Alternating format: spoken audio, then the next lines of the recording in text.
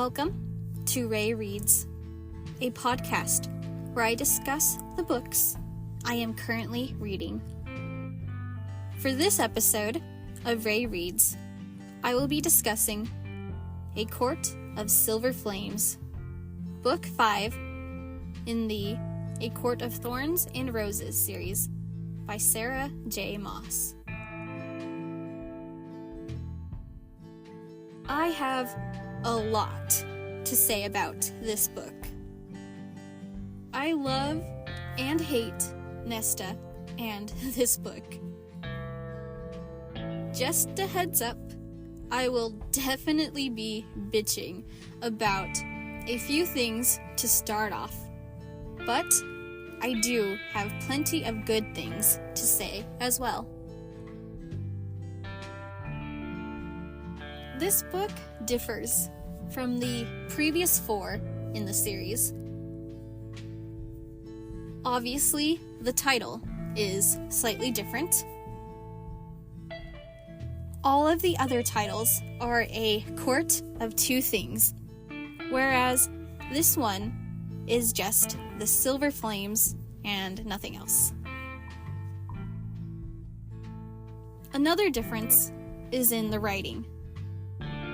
Feyre's story, and even the new points of view in A Court of Frost and Starlight, are written in the first person. Only Nesta's story is in the third person.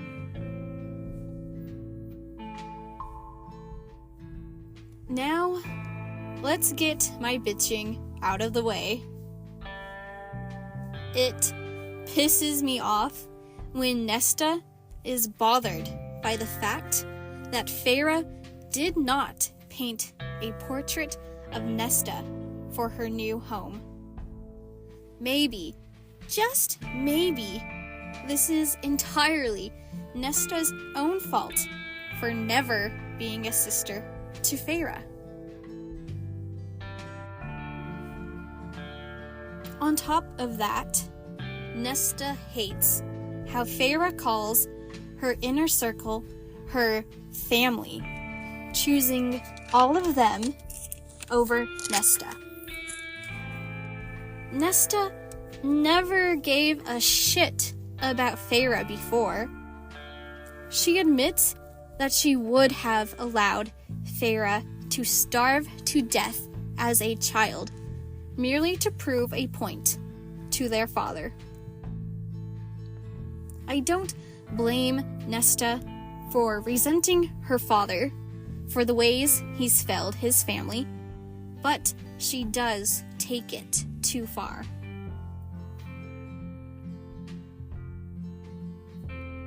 The only time Nesta treats Feyre like a sister is when she faces off with Tamlin. It is nice to see her chew out someone who actually deserves it. Nesta hates Tamlin for hurting Elaine and Feyre, and she isn't going to let him trash talk Feyre without cutting words of her own.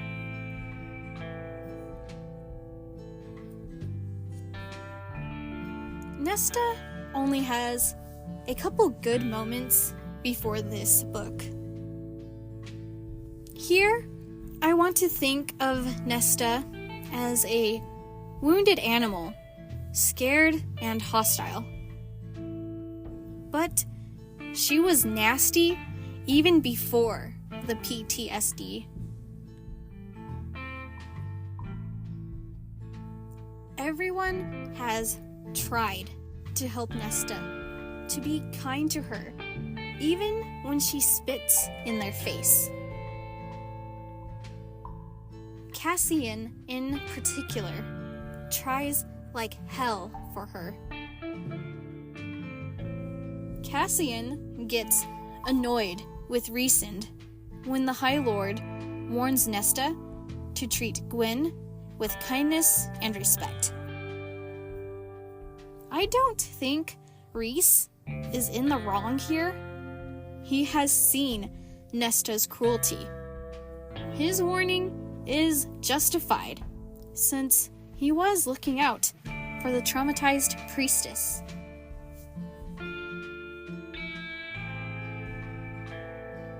When Nesta reaches out to Gwen and Emery to invite them to train with her, that is the first I warm up to Nesta. Especially, I love how she extends an invitation to all of the library priestesses. This is the first time Nesta has been nice to someone other than Elaine.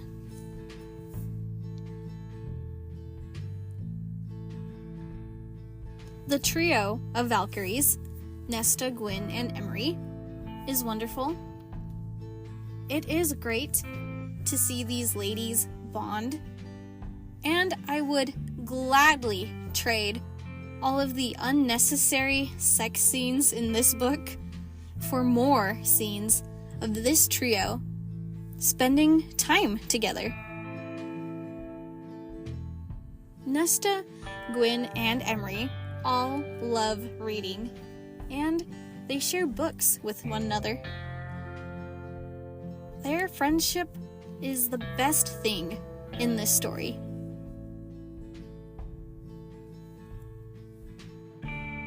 It is mentioned that Emery has a little crush on Moore. I sincerely hope Emery and Moore will have the chance to meet. I could possibly see a ship between them. Just about everyone else in the Court of Dreams has a love interest. Even Amryn, of all people. It's kind of messed up how our only queer character in the inner circle has no mate, or just a girlfriend. Back to Nesta. It is fantastic how the House of Wind comes to life for her. Literally. Nesta is so lonely that her magic is compelled to make a friend for her. The sentience of the House of Wind is the best thing Nesta has made. Nesta names the sword she made Ataraxia, which is great. Ataraxia is Greek for calmness and tranquility, inner peace. Nesta has always been overflowing with rage, but she is learning to master it. The sword's name is important, and Ataraxia is fitting for Nesta.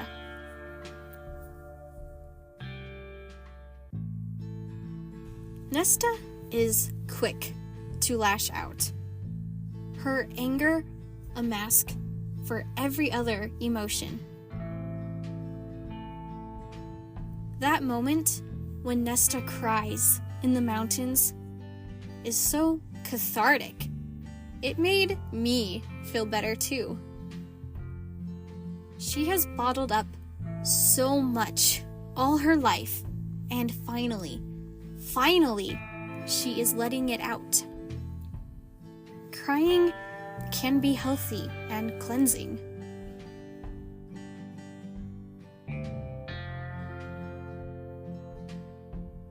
This story is focused more on Nesta's personal conflict than the war. It makes sense and works really well, yet I do wish the stirring of war received a bit more attention. Even the blood rite feels too short. I would have preferred a little less training and more fighting. Additionally, I could do with significantly less smut. There are pages and pages of sex scenes. Personally, I am here for the fantasy over the romance. I don't really want to read a ton of description for sex. It is enough to say they fucked and move on to more important things.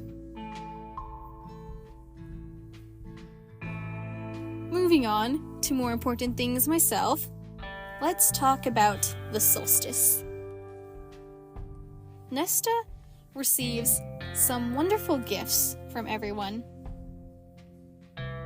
Cassian gives her a music player, knowing how important music and dancing is to Nesta. Feyre and Elaine appeal to her love of reading and present Nesta with credit to purchase 300 books. It hurts to see other people living your dream. I think Azriel gives the best solstice gifts. It's hilarious that Cassian just gets beef jerky from Azriel. Azriel's present for Nesta, though, is actually sweet. He gives her a book light, and Nesta is touched by this. His solstice gifts are not extravagant at all, but sometimes it's the little things that matter.